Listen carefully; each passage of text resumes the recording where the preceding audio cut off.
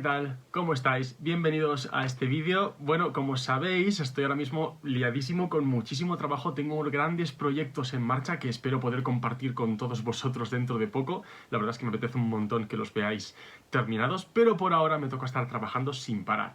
Así que he seleccionado unos cuantos vídeos de aquella serie de vídeos que hice acerca de la posible desextinción de animales extintos, partiendo de la premisa misma de Parque Jurásico, de si sería posible hacerlo como en la película y si no es así, cómo se podría llegar a hacer.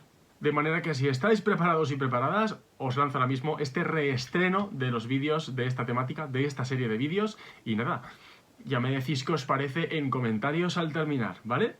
Muchas gracias.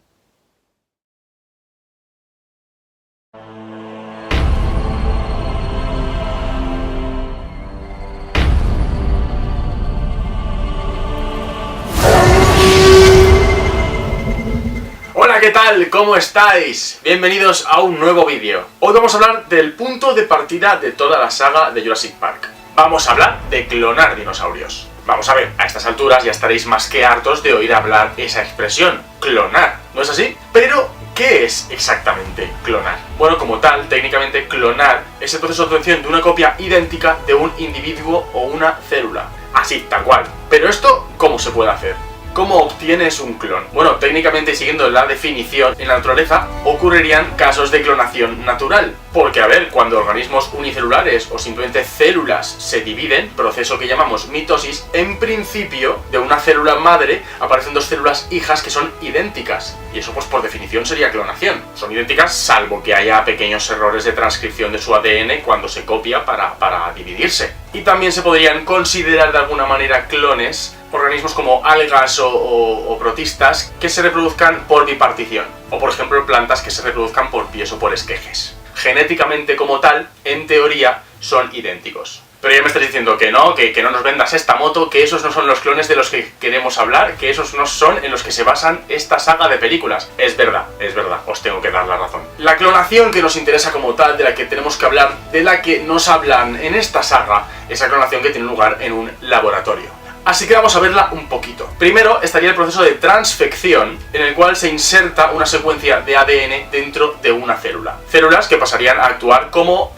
cigotos. ¿Y qué es un cigoto? Te preguntarás tú, o igual lo sabes. Por si acaso, durante la reproducción, digamos, habitual, tras la fusión de las células reproductoras masculinas y femeninas, cada una aportando una copia de su ADN, procedente de los individuos, padre y madre, se forma como tal el cigoto, que es la primera célula de este nuevo organismo y que empezará a desarrollarse como embrión. Este cigoto ya tiene dos copias de su ADN, porque nosotros, los organismos eucariotas, tenemos dos copias de cada cromosoma. Esta célula, el cigoto, que es el punto de partida del embrión, empieza a dividirse a cascoporro, a dividirse normal, en plan mitosis normal, y origina una masa de células embrionarias que llamamos blastómeros. Y bueno, como es un montón de bolitas y recuerda a la mora, al fruto de la mora, pues se le llama mórula. Y bueno, el desarrollo del embrión sigue adelante y ese es otro tema. Pues bien, recapitulemos. Lo que se hace en una clonación es insertar, recordemos, proceso de transfección, una secuencia de ADN en una célula, normalmente un óvulo, para que actúe de cigoto y empiece a desarrollarse este organismo. Este organismo, que como has insertado la secuencia de ADN completo con sus dos copias en esta célula que actúa de cigoto, y ese ADN procede de otro organismo, el organismo resultante, cuando crezca, será una copia idéntica, al menos en principio, genéticamente será una copia del organismo donante. ¿Y esto se ha logrado en realidad? Pues lo cierto es que sí. En 1996 saltó a las noticias la clonación de la oveja Dolly. Y es que fue el primer mamífero clonado a partir de ADN adulto, en vez de usar lo más fácil que hubiese sido ADN de un embrión. En cualquier caso, Dolly se clonó en 1996, y me estaréis diciendo, hey, pero si Parque Jurásico es del 93, ¿no se habían clonado animales antes? Sí, lo que pasa es que este caso saltó a las noticias porque Dolly era la primera oveja, era el primer mamífero que se clonaba a partir de ADN adulto. ¿Se han clonado animales antes? Por supuesto, y mucho antes. Los primeros animales clonados fueron ranas allá por 1952. Durante mucho tiempo se quedó la cosa en anfibios hasta que en 1984 se clonaron corderos. Pero ¿qué pasa? Que durante todo este tiempo siempre se usaba ADN embrionario, y por eso Dolly fue un hito, fue algo importante. Desde la clonación de Dolly se ha seguido clonando un montón de especies y las técnicas se han perfeccionado. Sin embargo, en Jurassic Park no tenemos dinosaurios no avianos reales vivitos y coleando de los que extraer de adultos o de embriones ese ADN para clonarlos. En las novelas y en las películas se extrae este ADN principalmente de células de su sangre, que como ya sabéis, en las novelas y en la película se encuentra dentro de mosquitos y otros insectos chupadores de sangre atrapados en ámbar. Pero claro, estas células, por mucho que sean células y por lo visto estén bien conservadas, no dejan de tener millones de años de antigüedad, y el ADN, como no es tan estable, pues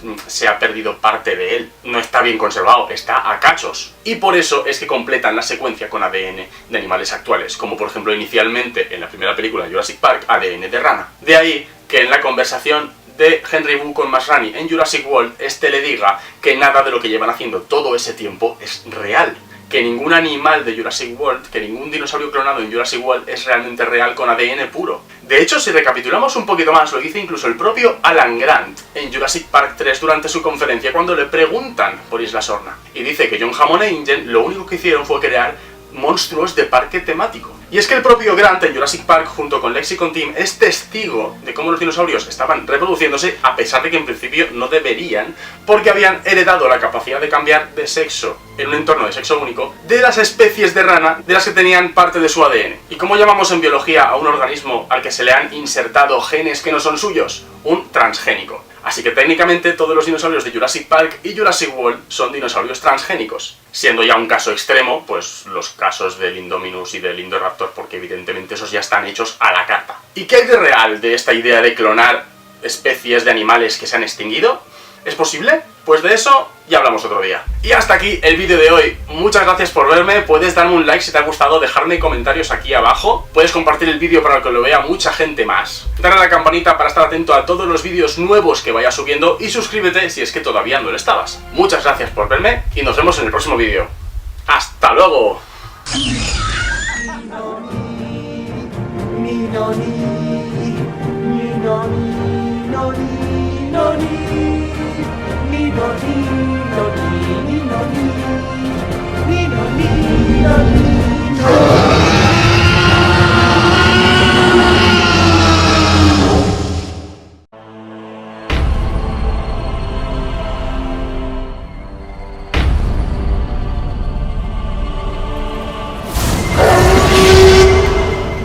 Hola, ¿qué tal? ¿Cómo estáis? Bienvenidos a un nuevo vídeo. Hoy vamos a retomar el tema de la clonación de animales extintos. Sí, ya hemos visto lo que es exactamente la clonación, hemos visto en qué consiste eso de clonar animales, y vamos a retomar este tema. ¿Podemos realmente llegar a clonar animales extintos, como por ejemplo los dinosaurios, tal y como vemos en la saga de Jurassic Park? La mayor dificultad a la hora de clonar animales extintos es su ADN. Necesitamos ADN totalmente viable. Necesitamos ADN en buen estado para que llegue a desarrollarse el embrión, ya sea dentro del huevo o del vientre materno de una madre de alquiler, o replicando las condiciones de la madre, y que sobreviva el nacimiento, que crezca, que viva, vaya. Bien, normalmente en biología molecular, cuando se pretende clonar cierto ADN, este se conserva en muy buenas condiciones. Tenemos que tenerlo fresco, fresquísimo. No podemos permitir que se eche a perder lo más mínimo y que deje de funcionar como debe. Pues imaginaos que estamos hablando de un ADN que nadie lo ha conservado para nada, sino que si lo encontramos será de chiripa.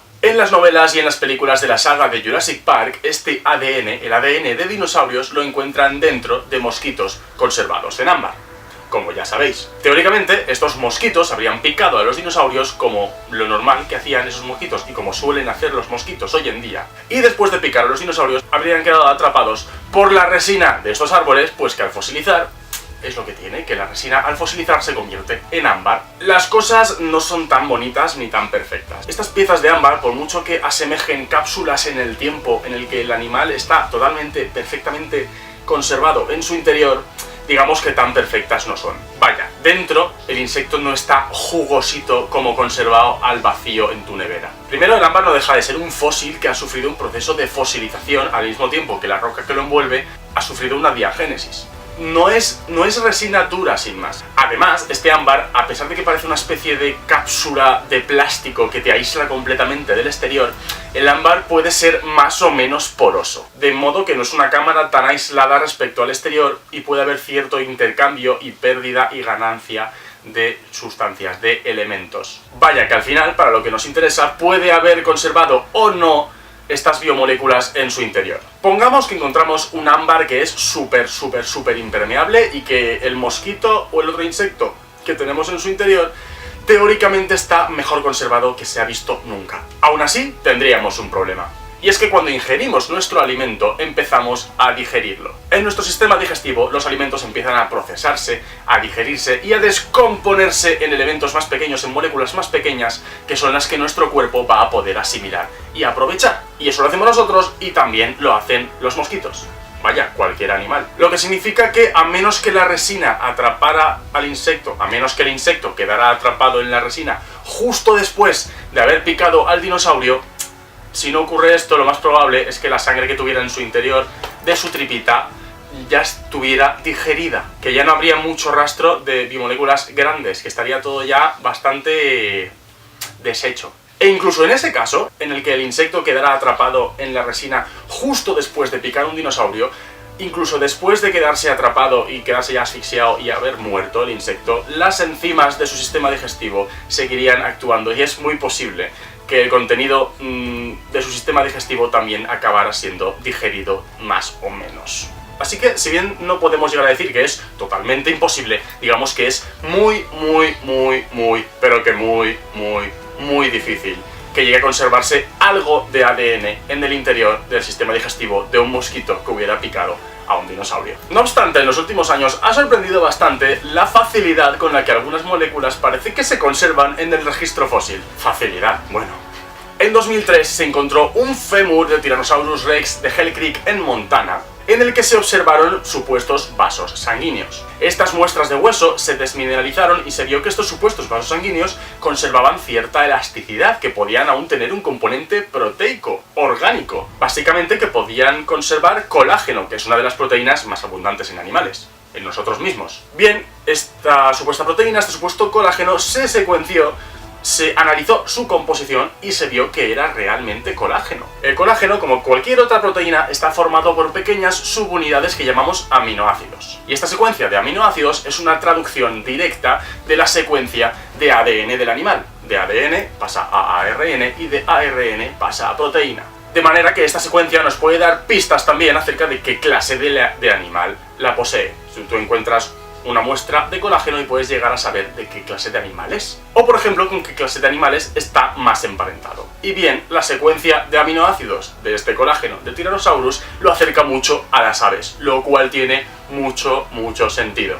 Hace menos tiempo también se ha descrito la existencia, la presencia en el registro fósil, en huesos incluso no demasiado bien conservados, de glóbulos rojos. Fosilizados, sí, pero glóbulos rojos. Y hace apenas unos meses se describió la presencia no solo de glóbulos rojos, sino también de otras biomoléculas como por ejemplo colesterol, en una vertebrita de un ictiosaurio, un reptil marino. No es un dinosaurio, pero convivió con ellos. Y los glóbulos rojos en los reptiles pues no son como los de los mamíferos y por ejemplo sí que conservan un núcleo que puede tener su ADN dentro. Claro, si sobrevive a la fosilización y tal, cosa que es muy improbable. En cualquier caso, parece que encontrar pedacitos de ADN de dinosaurios y otros animales extintos parece que podría no ser tan difícil. Parece, siendo muy optimistas, que es solo cuestión de tiempo. Eso sí, nunca encontraremos una cadena completa de ADN porque por lo visto se degradan muy fácilmente. Posiblemente solo encontremos fragmentos. Y ahí es donde entra la ingeniería genética, para rellenar los huecos y convertir estos fragmentitos en un ADN totalmente funcional que pueda realmente hacer que un embrión crezca, se desarrolle, nazca, etc. Así que es posible que si alguna vez encontramos fragmentitos de ADN de dinosaurio, la única manera que tengamos de tener una secuencia completa como para un organismo vivo, como para un animalito que crezca, sea pues eso, insertando fragmentos de ADN de parientes cercanos. O sea que tal y como decía el propio Dr. Henry Wu en Jurassic World, su ADN nunca será puro. Y esto es algo que dice la bióloga evolutiva Beth Shapiro en su libro Cómo clonar un mamut, la ciencia de la desextinción. Que posiblemente el resultado de este proceso de desextinción no sea nunca la especie original que se pretendía recuperar. Si os interesa mucho este tema, os recomiendo mucho este libro, pero mucho. Creo que no se ha editado todavía en español, pero bueno, si tenéis conocimientos de inglés, y además es un inglés muy técnico, con muchos tecnicismos que las palabras en ciencia se parecen mucho en todos los idiomas, pues os lo recomiendo mucho. Bien, ya hemos entendido qué es exactamente la clonación. hemos entendido si podríamos o no recuperar fragmentos de ADN de dinosaurio y de dónde. Pero ¿qué hay de otras especies desaparecidas que no desaparecieron hace tanto tiempo, como por ejemplo los mamuts? ¿Podríamos llegar a clonar mamuts? Se ha oído muchas veces que hay gente que está intentándolo. ¿Cómo va ese proyecto? ¿Se ha llegado a clonar alguna especie que se haya extinguido, aunque sea recientemente? ¿Y si os digo que sí? Pues esto, lo siento mucho, lo dejamos para otro día. Muchas gracias por ver este vídeo, podéis darme un like, me podéis dejar en comentarios qué especies extintas os gustaría ver vivos de alguna manera, aunque sea solo por imaginar. Darle a la campanita si queréis estar atentos de todos los vídeos nuevos que vaya subiendo. Suscribiros si es que todavía no lo estáis. Y seguid celebrando este año jurásico como se merece.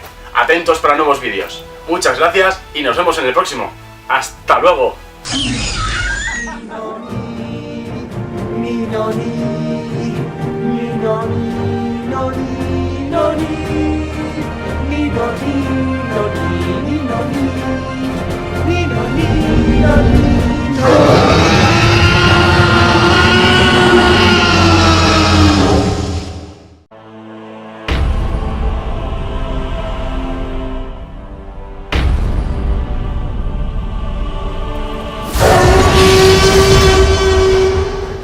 Hola, ¿qué tal? ¿Cómo estáis? Bienvenidos a un nuevo vídeo.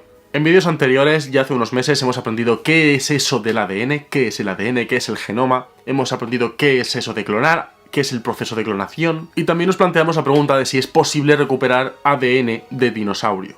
Por lo que vimos, a día de hoy la cosa está bastante chunga, es bastante complicado. Sin embargo, tal y como está sorprendiéndonos tanto el registro fósil con toda su conservación excepcional, como por ejemplo los avances en ingeniería genética, yo por si acaso no me atrevo a decir que nunca tendremos ADN de dinosaurio. De dinosaurio no aviano, ojo, que si tú quieres ADN de pollo de cualquier pájaro, tienes el que quieras para parar un tren. Al final nos planteamos una pregunta, otra pregunta.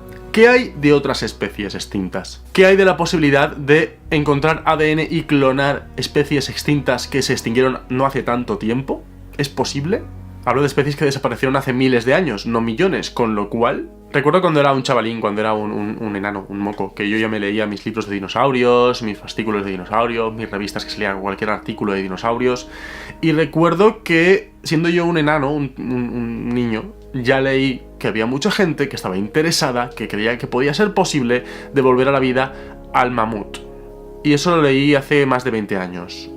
¿Dónde está mi mamut? ¿Sigue siendo acaso un proyecto real?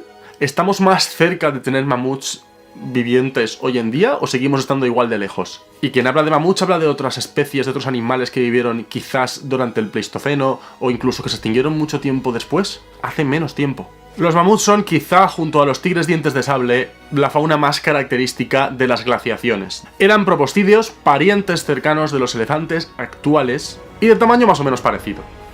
Más o menos. Vale que hubo al menos una especie que podía alcanzar los 5 metros de alto, Mammutus tsungari, y que incluso hubo especies que llegaron a ser bastante enanitas. De hecho, hubo una variedad de Mammutus primigenius que era de entre 1 y 2 metros de alto, que sí que a nuestro lado aún sigue siendo un mamotreto, pero que para lo que estamos acostumbrados en el registro fósil y para cómo son los elefantes y demás, pues era más bien tirando a esmirriao. Los mamuts son súper característicos, se caracterizan por estos colmillos curvados que llamamos defensas, por esa cabeza abombada y por esa trompa súper musculosa que llamamos probóscide.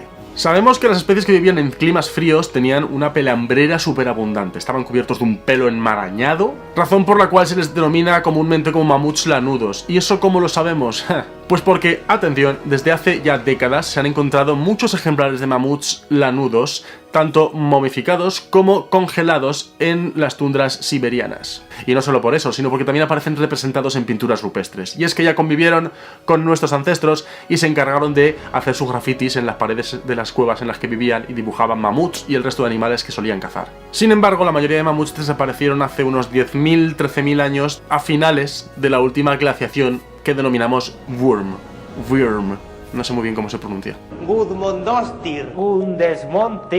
Pero los mamuts no fueron la única especie en desaparecer en ese momento. De hecho, se habla de un evento de extinción del Cuaternario, que aunque no tiene la magnitud de una extinción en masa, para nada, está lejos, fue igualmente importante y toda la megafauna del Pleistoceno pues desapareció durante este evento. En general se habla de este evento de extinción del Cuaternario para hablar de las desapariciones de megafauna que ocurrieron desde hace unos 50.000 años. en los últimos 50.000 años. Bien, ¿por qué clonar un mamut si lo encontramos congelado es un reto? Bueno, hay dos dificultades muy gordas. De una ya hemos hablado, y es que el ADN como tal es bastante inestable, no se conserva muy bien. Y la segunda dificultad es que la congelación no conserva todo tan perfectamente como nos creemos. De hecho, durante la congelación se forman cristales de hielo que rompen el interior de las células y dejan lo que es las células, las dejan hechas un ecceomo.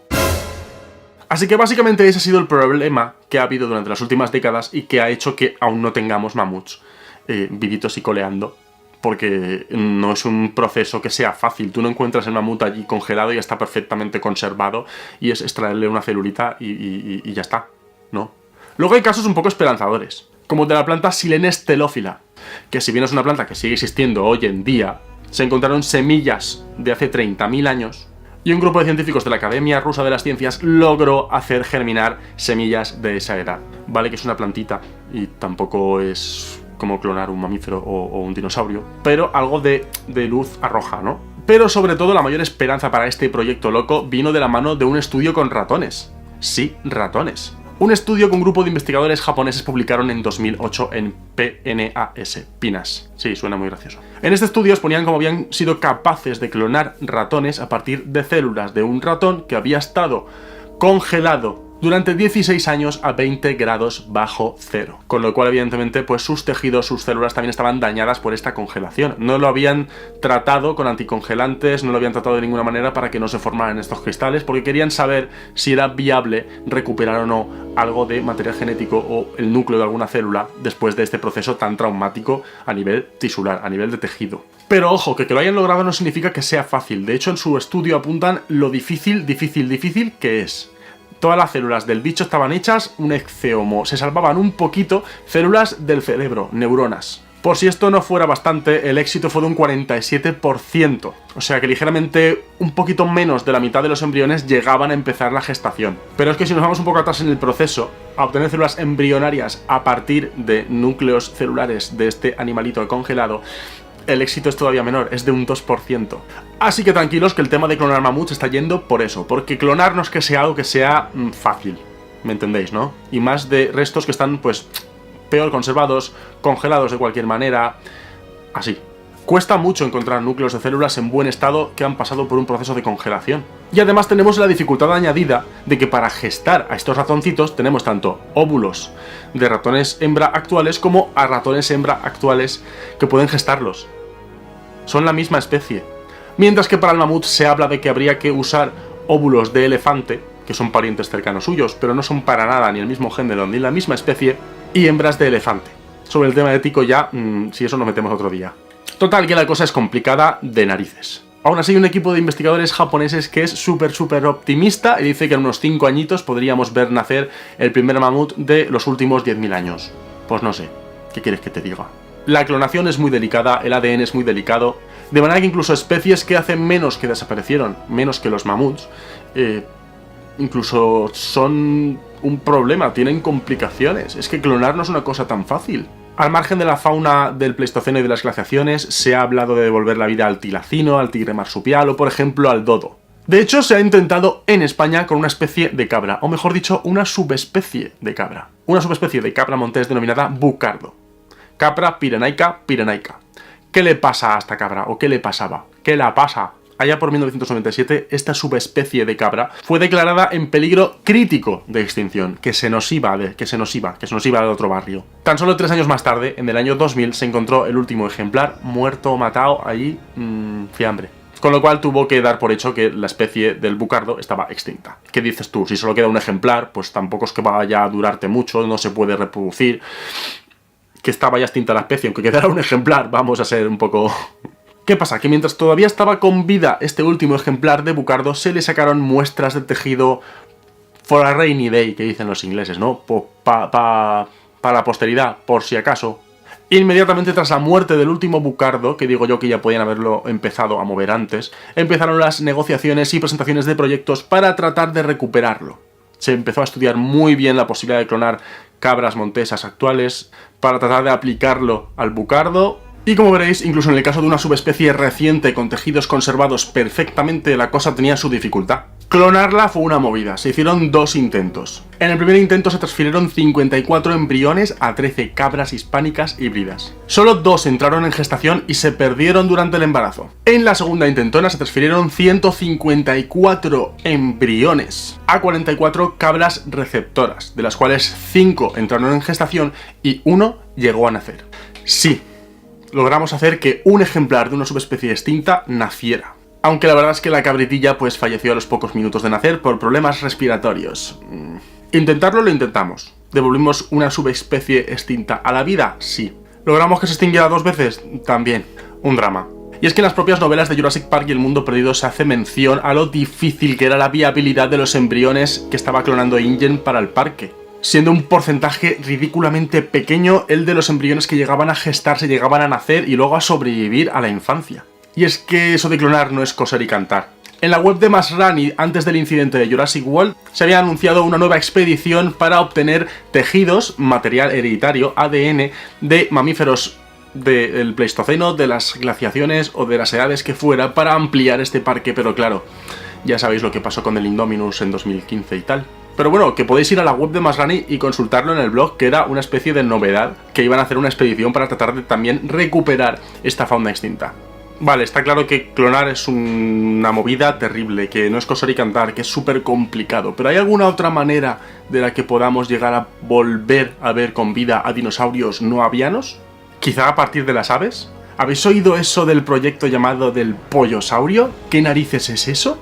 Pues de eso ya hablamos otro día. Muchas gracias por ver este vídeo. Recuerda, podéis darme un like, poner aquí en comentarios ¿lograremos clonar un mamut alguna vez? ¿Conocíais la historia del bucardo? Recuerda, puedes darle a la campanita para estar atento a todos los vídeos nuevos que vaya subiendo y suscríbete si es que todavía no lo estabas a estas alturas. Muchas gracias y nos vemos en el siguiente vídeo. ¡Hasta luego!